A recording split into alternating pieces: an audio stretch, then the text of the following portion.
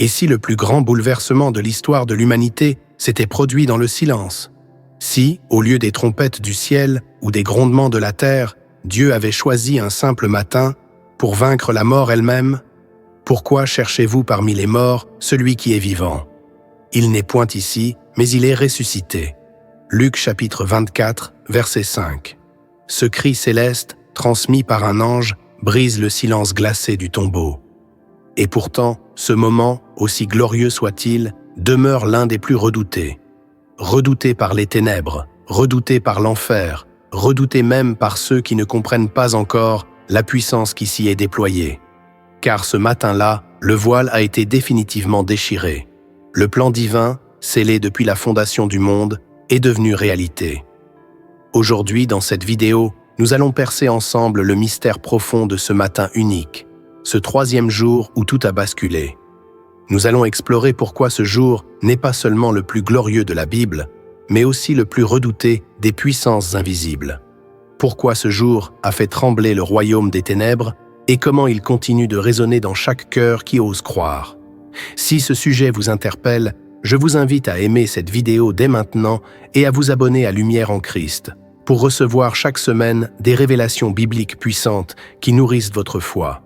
Et avant d'aller plus loin, j'aimerais que vous répondiez à cette question en commentaire. Que représente la résurrection de Jésus pour vous aujourd'hui? Vos réponses sont précieuses. Elles bénissent cette communauté et font grandir notre foi ensemble. Restez bien jusqu'à la fin, car nous découvrirons non seulement des vérités bibliques oubliées, mais nous terminerons aussi par une prière forte, une clé spirituelle pour marcher dans la lumière de ce matin éternel. Le matin de Pâques n'est pas un simple événement symbolique ou une fête liturgique parmi d'autres. C'est l'accomplissement ultime d'un mystère que Dieu a tissé dès la Genèse, dans les ombres et les promesses, jusqu'à son éclat de gloire dans un tombeau vide. Tout au long des Écritures, Dieu annonce ce moment, celui où la mort serait vaincue, où le Fils de l'homme, rejeté, humilié, crucifié, se lèverait dans une puissance que nul ne pourrait arrêter. Dès les premiers chapitres de la Bible, le plan du salut est murmuré. En Genèse chapitre 3, verset 15, Dieu déclare à l'ennemi « Je mettrai inimitié entre toi et la femme, entre ta postérité et sa postérité. Celle-ci t'écrasera la tête. » Ce verset, appelé par les théologiens le protévangile, est la première prophétie de la victoire finale du Christ. À travers les psaumes, les prophètes et jusqu'aux propres paroles de Jésus, ce jour a été annoncé avec précision. Le prophète Ésaïe, des siècles avant la venue du Messie, écrivait « Après avoir livré sa vie en sacrifice pour le péché, il verra une postérité et prolongera ses jours. » Ésaïe chapitre 53, verset 10. Jésus lui-même l'avait affirmé sans détour. Il faut que le Fils de l'homme souffre beaucoup, qu'il soit mis à mort et qu'il ressuscite le troisième jour. Luc chapitre 9, verset 22. Mais malgré ces annonces, même ses disciples n'avaient pas saisi pleinement ce que signifiait « ressusciter d'entre les morts ». Le silence du samedi saint, lourd et incompréhensible, précède ce matin d'éclat. Il représente l'attente, le deuil, l'incompréhension humaine face au plan divin. Mais ce silence n'était pas vide. Il était chargé d'une puissance en gestation. Car Dieu agit souvent dans le silence. Et ce matin-là, le ciel a parlé sans bruit, mais avec une autorité inégalée. Le Christ ne s'est pas contenté de revenir à la vie. Il a inauguré une nouvelle création. Comme le premier Adam est sorti de la poussière, le second Adam, Jésus-Christ, sort vivant d'un tombeau, portant en lui la vie éternelle pour tous ceux qui croient. Ce matin-là, le monde visible n'a pas vu ce qui se passait dans le monde spirituel. Mais l'enfer l'a senti. Les chaînes du péché ont commencé à se briser. Le pouvoir de la mort a été déshonoré. Le rideau du temple, déjà déchiré la veille, symbolisait cette réalité invisible. L'accès à Dieu est désormais ouvert. Le prix est payé. La condamnation est levée. Pourtant, encore aujourd'hui, ce mystère reste voilé pour beaucoup. Parce qu'on réduit souvent la résurrection à une image religieuse, à un espoir abstrait. Mais ce matin-là, Dieu n'a pas seulement prouvé qu'il pouvait ressusciter un homme. Il a annoncé que la mort n'aurait plus jamais le dernier mot. Que tout ce que l'ennemi croyait avoir volé allait être restauré. Le matin de Pâques n'est pas un simple souvenir glorieux, c'est une déclaration éternelle de Dieu. Je suis le Dieu qui fait revivre ce que l'homme croit perdu. Et pour comprendre la portée de ce matin-là, il faut revenir à 5 fondements bibliques essentiels. 5 vérités qui, si elles sont saisies avec foi, ont le pouvoir de transformer notre marche chrétienne de manière radicale. Premièrement, la résurrection de Jésus est la preuve absolue que Dieu est fidèle à ses promesses. Dans Romains chapitre 4, versets 20 et 1, il est dit que ce que Dieu promet, il peut aussi l'accomplir. Pendant son ministère terrestre, Jésus a annoncé à plusieurs reprises qu'il ressusciterait le 3e jour. Ses ennemis s'en souvenaient, ses disciples l'avaient entendu, mais personne n'avait vraiment cru que cela arriverait. Le matin de Pâques vient sceller cette parole. Dieu ne ment pas. Même lorsque tout semble mort, même quand le corps est mis au tombeau, même quand le silence dure 3 jours, Dieu agit. Ce principe est vital. Si Dieu a tenu sa promesse en ressuscitant Jésus, il tiendra aussi toutes les autres. Chaque promesse que tu lis dans la Bible est aussi sûre que ce tombeau vide. Deuxièmement, le tombeau vide est le fondement de notre foi vivante. L'apôtre Paul l'affirme sans détour dans 1 Corinthiens chapitre 15, verset 14. « Et si Christ n'est pas ressuscité, alors notre prédication est vaine, et votre foi aussi est vaine. » Ce verset est à la fois une mise en garde et une révélation. La foi chrétienne ne repose pas sur des mythes, ni sur une simple morale. Elle repose sur un événement historique, surnaturel et irréversible. Le Fils de Dieu est sorti vivant du tombeau. C'est cela qui différencie notre foi de toute autre croyance. Nous ne vénérons pas un homme mort. Nous marchons avec un roi vivant. Et ce roi vivant, personne ne peut l'enfermer. Ni la pierre, ni les soldats, ni les autorités religieuses, ni l'enfer lui-même. Le matin de Pâques est la victoire de la vie sur la mort, de la lumière sur les ténèbres, de la vérité sur le mensonge. Troisièmement, le matin de la résurrection révèle la puissance invisible du royaume de Dieu. Ce jour-là, aucun feu d'artifice, aucune armée céleste visible, aucun éclat grandiose selon les standards humains. Et pourtant, c'est ce matin que les puissances spirituelles ont été dépouillées.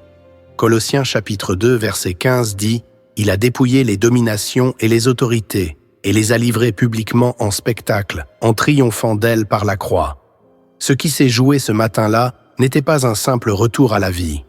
C'était un triomphe cosmique. Jésus n'a pas seulement vaincu la mort, il a désarmé les forces du mal. C'est pourquoi ce jour est glorieux, mais aussi redouté. Parce qu'il rappelle aux ténèbres que leur règne est fini. Et à chaque fois qu'un croyant proclame la résurrection, il proclame la défaite de l'ennemi. Quatrièmement, la résurrection donne un sens nouveau à la souffrance et à l'attente. Les disciples, pendant ces 3 jours, étaient anéantis. Leurs espoirs semblaient brisés. Ils avaient tout quitté pour suivre Jésus, et le voilà crucifié, enseveli, silencieux. Peut-être que toi aussi, tu vis un moment de silence, un moment où Dieu ne répond pas, où les promesses semblent lointaines, où ton cœur est troublé. Mais souviens-toi, le silence de Dieu n'est jamais vide. Il prépare toujours une résurrection. Le matin de Pâques nous apprend que l'attente dans la foi n'est jamais vaine. Que ce que Dieu semble retarder, il est en train de le perfectionner. La pierre roulée n'a pas seulement libéré un corps, elle a libéré une espérance pour tous les cœurs brisés. Cinquièmement, et cela est fondamental, la résurrection n'est pas un point final, mais un point de départ. Jésus ne ressuscite pas pour retourner à la vie d'avant. Il ressuscite pour inaugurer une nouvelle ère, pour envoyer ses disciples, pour transmettre sa puissance. Dans Matthieu chapitre 28, verset 19, il dit « Allez, faites de toutes les nations des disciples ». Le matin de Pâques est une invitation à se lever, à marcher, à annoncer. Ce n'est pas un moment d'émotion passagère, mais un appel à la mission. Trop de chrétiens s'arrêtent au miracle et oublient le mandat. Si Christ est vivant, alors ma vie doit le refléter. Mon pardon, ma paix, mon courage, ma foi doivent tous porter la marque de ce matin-là. Ces 5 vérités sont comme 5 pierres solides sur lesquelles construire ta foi. Et si tu es encore là, c'est que ton cœur est en train de s'ouvrir à cette lumière. Je t'invite à prendre un instant pour aimer cette vidéo si ce message te parle, et à t'abonner à cette chaîne pour continuer à recevoir des clés bibliques qui éclairent ta marche. Le mystère du matin de Pâques ne fait que commencer à se dévoiler. Ce n'est pas un événement du passé, c'est une puissance présente, agissante, éternelle. Et dans la prochaine partie, nous allons aller encore plus loin. nous allons révéler 10 vérités cachées dans les Écritures que beaucoup ne voient pas, mais qui peuvent transformer radicalement ta vie spirituelle. Le matin de la résurrection n'est pas seulement un miracle, c'est une révélation, une fracture entre deux réalités, un point de bascule entre le visible et l'invisible. Derrière le tombeau vide se cachent des vérités profondes que beaucoup n'osent pas explorer. Et pourtant, ce sont elles qui transforment un chrétien tiède en un témoin brûlant, un cœur blessé en un cœur ressuscité. Voici 10 vérités puissantes que ce matin divin nous enseigne, si nous avons des oreilles pour entendre. Première vérité, la résurrection n'a pas besoin de témoins humains pour exister, mais elle appelle des témoins pour l'annoncer. Aucun homme n'a vu Jésus sortir du tombeau. Ce moment s'est déroulé dans le silence, entre le ciel et la terre. Et pourtant, Dieu a choisi de révéler ce miracle à des femmes discrètes, marginalisées par la société, mais choisies par le royaume. Ce n'est pas ton statut qui t'autorise à porter le message, c'est ta disponibilité à croire. Dieu choisit encore aujourd'hui des cœurs humbles pour porter sa gloire. Deuxième vérité, la pierre roulée n'était pas pour libérer Jésus, mais pour permettre aux hommes d'entrer et de voir. Jésus était déjà ressuscité quand la pierre a été déplacée. Rien ne pouvait l'enfermer. Mais Dieu a ouvert le tombeau pour que l'humanité puisse constater, toucher du regard et témoigner. Ce n'est pas Dieu qui a besoin d'un signe, c'est nous. Il connaît nos doutes et dans sa miséricorde, il laisse des traces. Les linges pliés, la tombe vide, les apparitions, autant de preuves offertes à notre foi hésitante. Troisième vérité, les premiers témoins ont été bouleversés, pas exaltés. La joie ne vient pas immédiatement. D'abord, il y a la peur, l'incompréhension, les larmes. C'est normal. La gloire de Dieu ne flatte pas nos émotions, elle les purifie. Quand tu fais face à une résurrection dans ta vie, il se peut que tu sois d'abord dérouté, que tu ne reconnaisses pas Jésus tout de suite. Mais ne t'inquiète pas. La lumière de Dieu éclaire pas à pas. Il se laisse reconnaître à ceux qui restent proches, comme Marie au jardin, qui l'a reconnu quand il l'a appelé par son nom. Quatrième vérité, la résurrection est une révélation progressive. Sur la route d'Emmaüs, 2 disciples marchent avec Jésus sans le savoir. Ils parlent avec lui, ils l'écoutent, mais leurs yeux sont voilés. Ce n'est que lorsqu'ils rompent le pain que leur cœur s'ouvre.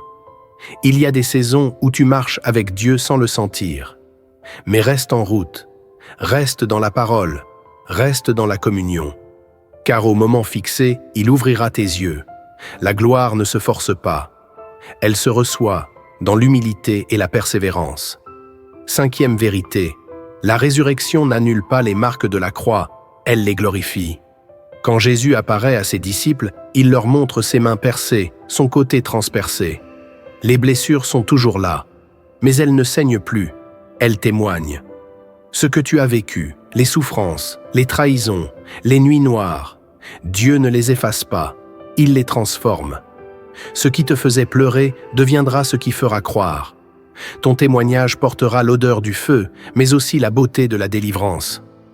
Sixième vérité, la résurrection rétablit l'autorité spirituelle des enfants de Dieu.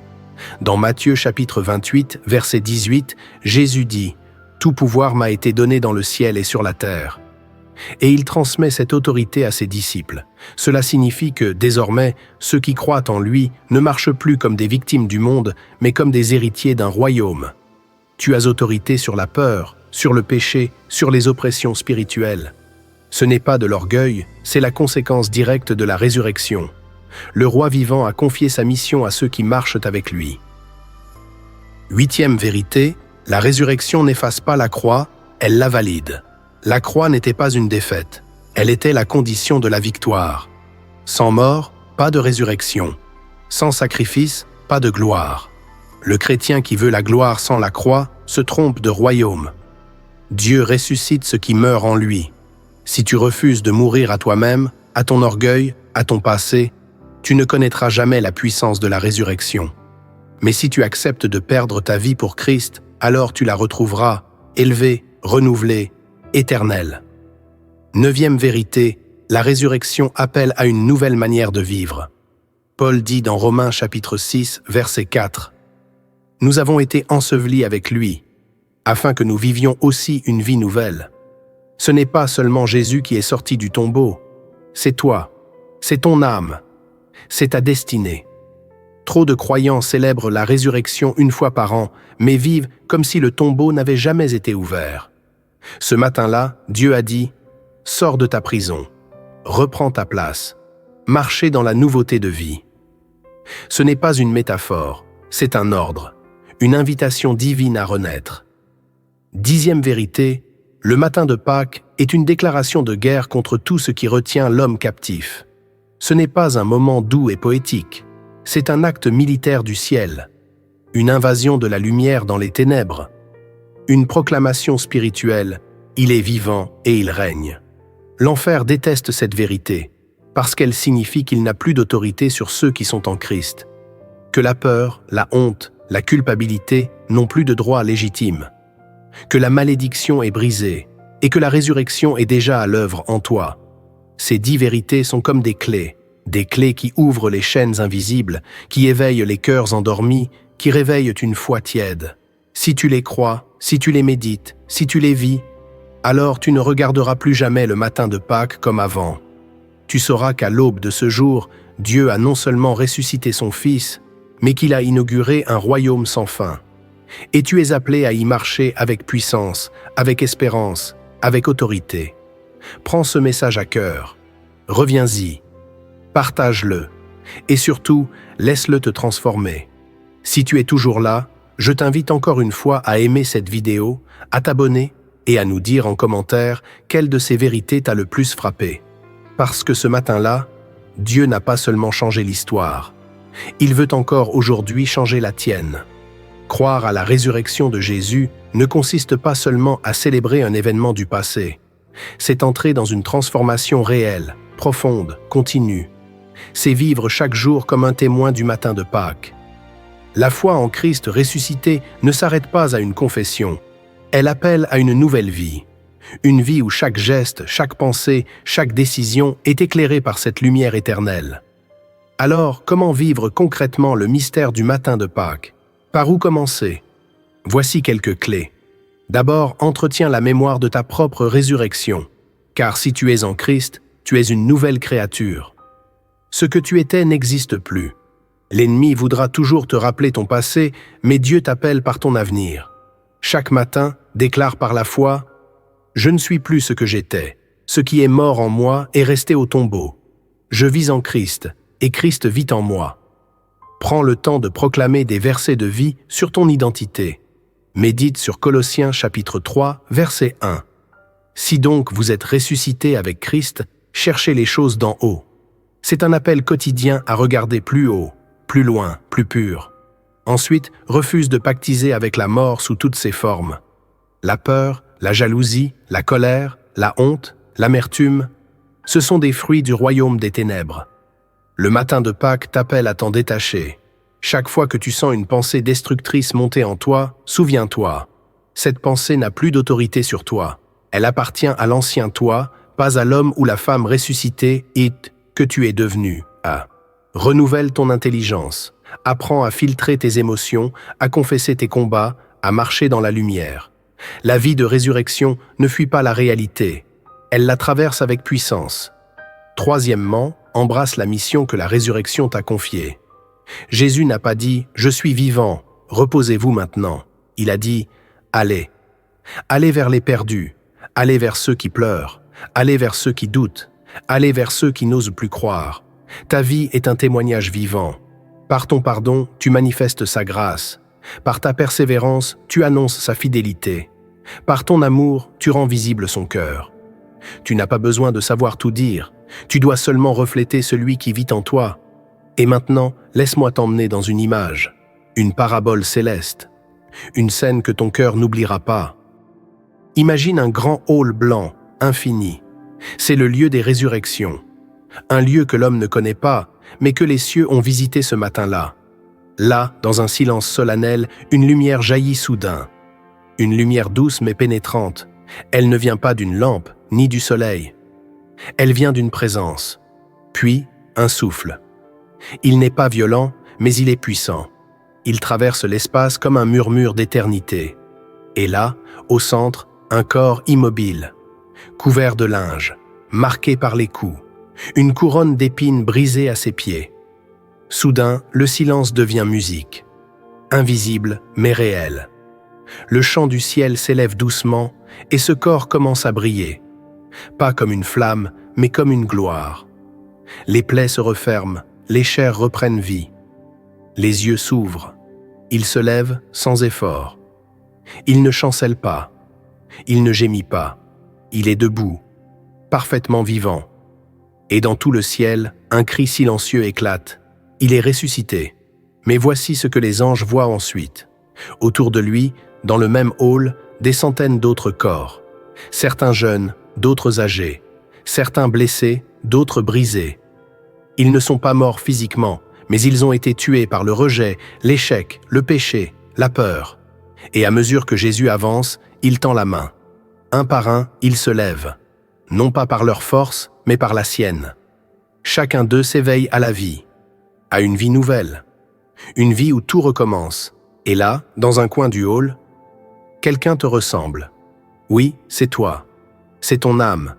Elle est assise, la tête basse. Elle ne sait pas si elle a le droit de se lever. Mais Jésus te voit. Il ne t'appelle pas par tes fautes. Il ne t'appelle pas par ton passé. Il t'appelle par ton nom. Et quand tu lèves les yeux, ses mains te soulèvent. Tu te redresses. Tu es vivant. Tu es libre. Tu es aimé. Et tu comprends, au fond de toi, que le matin de Pâques ne s'est pas arrêté au tombeau vide. Il continue là où tu acceptes de te relever. Oui, ce message est pour toi. Ce n'est pas un conte ni une image vague. C'est une réalité spirituelle. Jésus veut que tu marches dans cette vie nouvelle. Il veut que tu sortes du silence de tes deuils. Il veut que tu arrêtes de dormir à côté de ta destinée. Il veut que tu ressuscites. Et pas demain, aujourd'hui. Alors, commence par un geste. Ferme les yeux, là où tu es, et dis dans ton cœur, « Seigneur, je veux vivre ce matin de Pâques dans mon âme. Relève ce qui est tombé, allume ce qui s'est éteint, rends vivant ce que je croyais perdu. » Cette prière, si tu la fais avec foi, le ciel l'entend. Et l'esprit du ressuscité vient habiter ce cœur que tu lui ouvres. Le matin de Pâques n'est pas une légende. Ce n'est pas un symbole abstrait pour consoler les croyants. C'est une explosion divine dans l'histoire humaine. Un acte souverain de Dieu qui a renversé les lois de la nature, confondu les puissances de l'enfer et ouvert un chemin que nul homme ne pouvait tracer seul. Aujourd'hui, tu as entendu la voix de ce matin-là. Tu as traversé avec moi le silence du tombeau, l'éclat de la gloire, la peur des disciples et les vérités cachées que Dieu révèle à ceux qui cherchent vraiment. Et maintenant, il t'appartient d'y répondre. Souviens-toi de ce que tu viens d'entendre. Dieu est fidèle à ses promesses, même lorsque tout semble perdu. Le tombeau vide est ton fondement, ta preuve vivante que rien n'est impossible. Ce matin-là, le Christ n'a pas seulement vaincu la mort.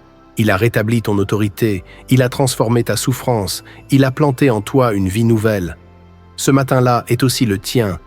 Chaque jour où tu choisis de croire, de te relever, d'avancer avec foi, tu n'es plus sous la malédiction. Tu n'es plus prisonnier. Tu n'es plus dans l'ombre. Tu es appelé à marcher dans la lumière de celui qui vit éternellement. Alors maintenant, j'aimerais prier avec toi. Ferme les yeux et si ton cœur le désire, répète en silence ces paroles. Seigneur Jésus, je crois que tu es vivant. Je crois que tu as vaincu la mort pour que je vive. Aujourd'hui, je te donne ce qui est brisé en moi. Je t'ouvre ma tombe intérieure. Viens me relever. Je veux marcher dans la vie nouvelle que tu as préparée pour moi. Que ton esprit habite en moi et que ma vie reflète la puissance de ta résurrection. Amen. Si tu as fait cette prière avec foi, sache que le ciel l'a entendue et que ce jour peut marquer un tournant spirituel dans ta vie. Ne laisse pas ce feu s'éteindre.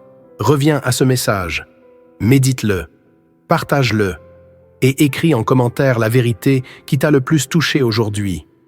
Parce qu'en témoignant, tu fortifies d'autres vies. Enfin, si tu ne l'as pas encore fait, abonne-toi à cette chaîne, aime cette vidéo et partage-la autour de toi. C'est ainsi que nous portons ensemble la lumière du ressuscité dans un monde qui a tant besoin d'espérance. Et souviens-toi, le matin de Pâques n'est pas un souvenir, c'est un appel. Et cet appel résonne encore aujourd'hui dans ton âme.